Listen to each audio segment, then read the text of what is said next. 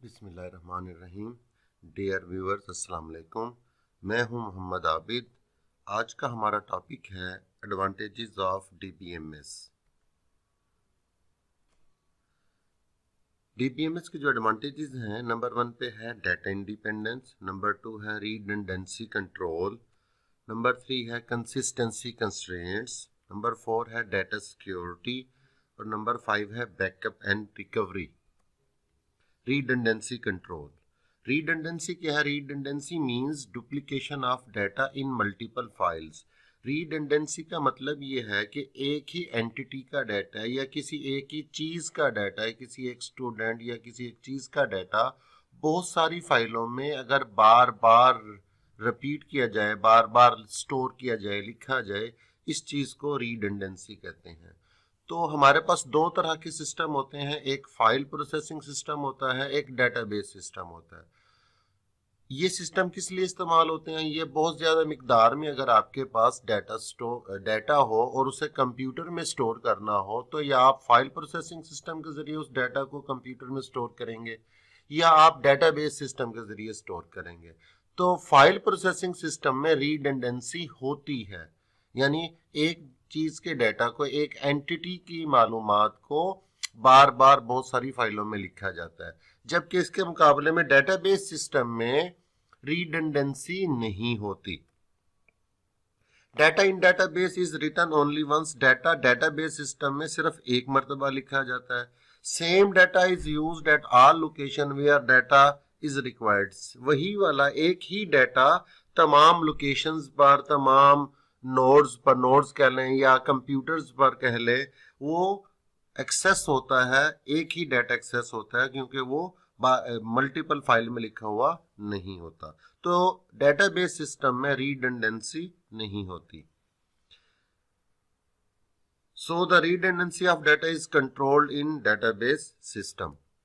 Consistency constraints.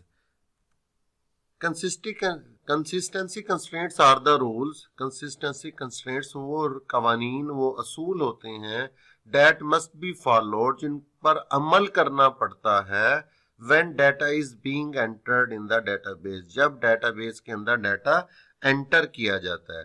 तो constraints कहते हैं शराइत को। If the data does not fulfil the constraints, अगर कोई डाटा, कोई मालूमात उन शराइत पर पूरी ना उतरे, it can not be entered in the database, ये डेटाबेस में एंटर नहीं किया जा सकता। लेट्स से इंटरमीडिएट 12वीं क्लास के जो टोटल मार्क्स होते हैं वो 1100 होते हैं। एक स्टूडेंट है, वो एग्जाम देता है, वो कम मिनिमम मार्क्स कितने ले सकता है? वो मिनिमम 0 मार्क्स ले सकता है। और मैक्सिमम मार्क्स कितने ले सकता है? वो मैक्सिमम 1100 में से 1100 ही ले सकता है। तो जो मार्क्स की, जो हासिल करदा नंबर्स की जो रेंज बनेगी, वो 0 से लेकर 1100 तक बनेगी। तो हम एक इंटीग्रिटी रूल बना लेंगे। क्या रूल?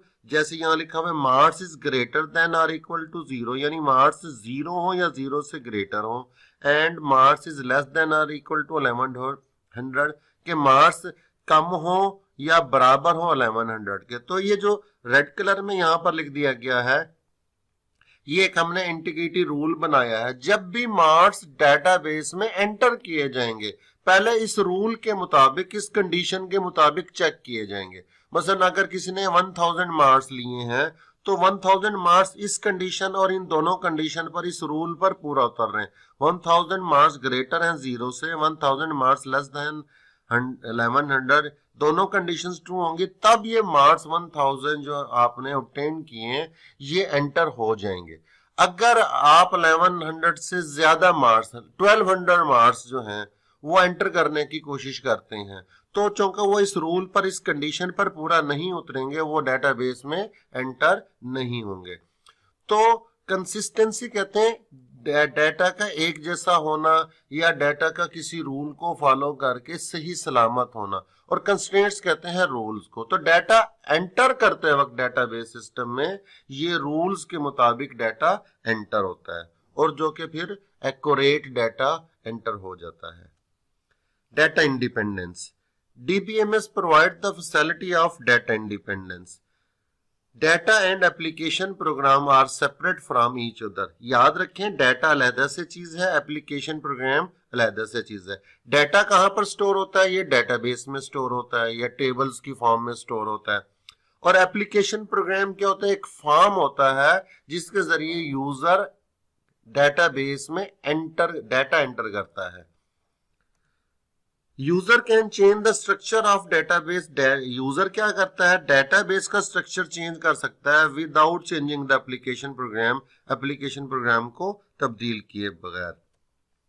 सिमिलरली, इसी तरह the user can change the application program without change in the structure of database. तो यूजर जो है वो एप्लीकेशन प्रोग्राम को चेंज कर सकता है डेटाबेस के स्ट्रक्चर को या डाटा को तब्दील किए बगैर। इसी चीज को हम कहते हैं डाटा और प्रोग्राम जो है एक दूसरे पर डिपेंड नहीं करते, इंडिपेंडेंट होते हैं। यानी एप्लीकेशन प्रोग्राम चेंज हो सकता है डेटाबेस को चेंज किए बगैर, और डेटाबेस चेंज हो सकती है एप्लीकेशन प्रोग्राम को चेंज किए बगैर। ये फैसिलिटी होती है डेटाबेस सिस्टम में, ये फैसिलिटी फाइल प्रोसेसिंग सिस्टम में नहीं होती। Data security, protection of database from unauthorised user is called access security या डाटा सिक्योरिटी। तो डेटाबेस के जो डाटा होता है बड़ी वैल्यूएबल चीज होती है, किसी भी ऑर्गेनाइजेशन के लिए एक वैल्यूएबल एसेट होता है। और कुछ डाटा ऐसा होता है इट मस्ट बी सीक्रेट, और कुछ डाटा ऐसा होता है कि जिसको आप ऐसे लोगों को यूजर राइट्स नहीं देते कि वो उसको चेंज कर सकें। तो डाटा की जो हिफाजत है वो बहुत ही अहम होती है किसी भी ऑर्गेनाइजेशन के लिए। DMS provide the different level of user rights like administrator account, manager account, user account facilities to maintain the security of data in the database।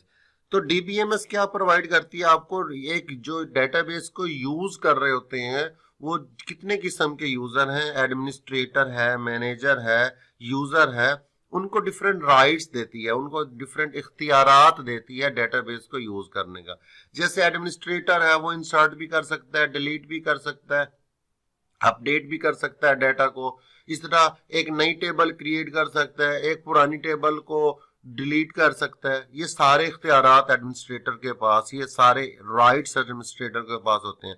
जबकि जो एंड यूजर होता है वो जस्ट डाटा को एंटर कर सकता है, डाटा को व्यू कर सकता है। डिलीट या अपडेट करने का इख्तियार आमतौर पर यूजर को नहीं दिया जाता। तो इस तरह के डिफरेंट राइट्स असाइन कर दिए जाते हैं, दे दिए जाते हैं यूजर्स को, जिसकी मदद से डाटा सिक्योर रहता है।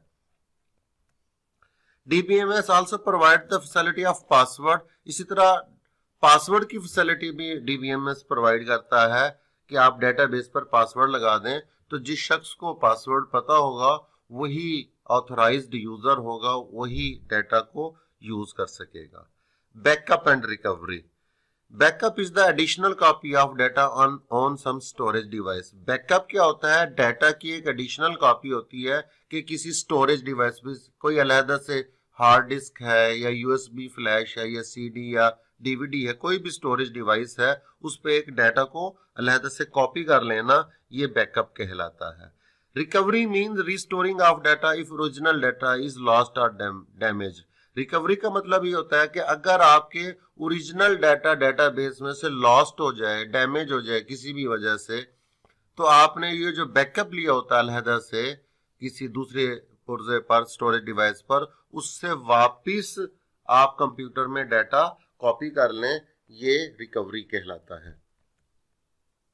DBMS provide the facility of backup and recovery option.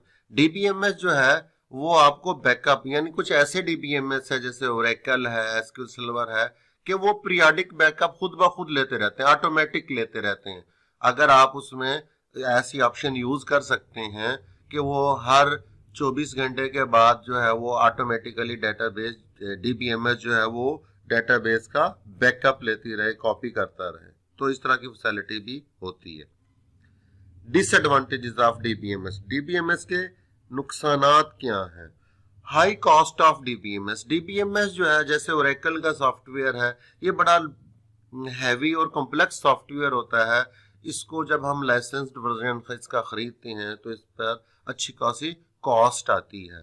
तो हाई कॉस्ट है इसको खरीदना, यानी छोटी ऑर्गेनाइजेशन इसको अफोर्ड नहीं कर सकती, बड़ी बड़ी ऑर्गेनाइजेशन ही इसको अफोर्ड कर सकती हैं। High cost of hardware, DBMS एक हैवी सॉफ्टवेयर है, इसके लिए लार्ज मेमोरी, बहुत ज्यादा रैम चाहिए, बहुत ज्यादा प्रोसेसिंग पावर का प्रोसेसर सीपीयू चाहिए। इसी तरह आपको एक हार्ड डिस्क भी ज्यादा कैपेसिटी की चाहिए, जिस पर क्या होगा, ज्यादा कॉस्ट आएगी, तो ये इसका नुकसान है। तो require powerful hardware which is costly, यानी ये पावरफुल हार्डवेयर चाहिए जो कि कॉस्टली होता है। Need technical staff, technical staff से मुराद क्या है? टेक्निकल स्टाफ सच है जैसा कि dBA, database administrator and application programmer. DBA का काम क्या होता है कि डेटाबेस को क्रिएट करता है और मैनेज करता है, और एप्लीकेशन प्रोग्रामर का काम क्या होता है? ये फॉर्म बनाता है और ये एप्लीकेशन प्रोग्राम डेवलप करता है जिसकी मदद से डेटाबेस में डाटा एंटर किया जाते हैं। तो इनको हायर करना पड़ता है एक डेटाबेस को, सिस्टम को क्रिएट करने के लिए, बनाने के लिए। तो ये अच्छे खासे इनको जो है वो सैलरीज दी जाती हैं, तो इनको अच्छी खासी सैलरी पे करनी पड़ती है। इसी तरह कॉस्ट ऑफ स्टाफ ट्रेनिंग, जब एक डेटाबेस तैयार हो जाती है, जब वो ऑर्गेनाइजेशन में दी जाती है एंड यूजर्स को यूज करने के लिए, तो उन यूजर को ट्रेन किया जाता है उस डेटाबेस की कौन सी ऑप्शन को कैसे इस्तेमाल करना है। तो as the database system is very complex, so the user need proper training to use the system. तो यूजर्स को ट्रेनिंग दी जाती है, उस पर फिर दोबारा से ट्रेनिंग देने की एक कॉस्ट आती है।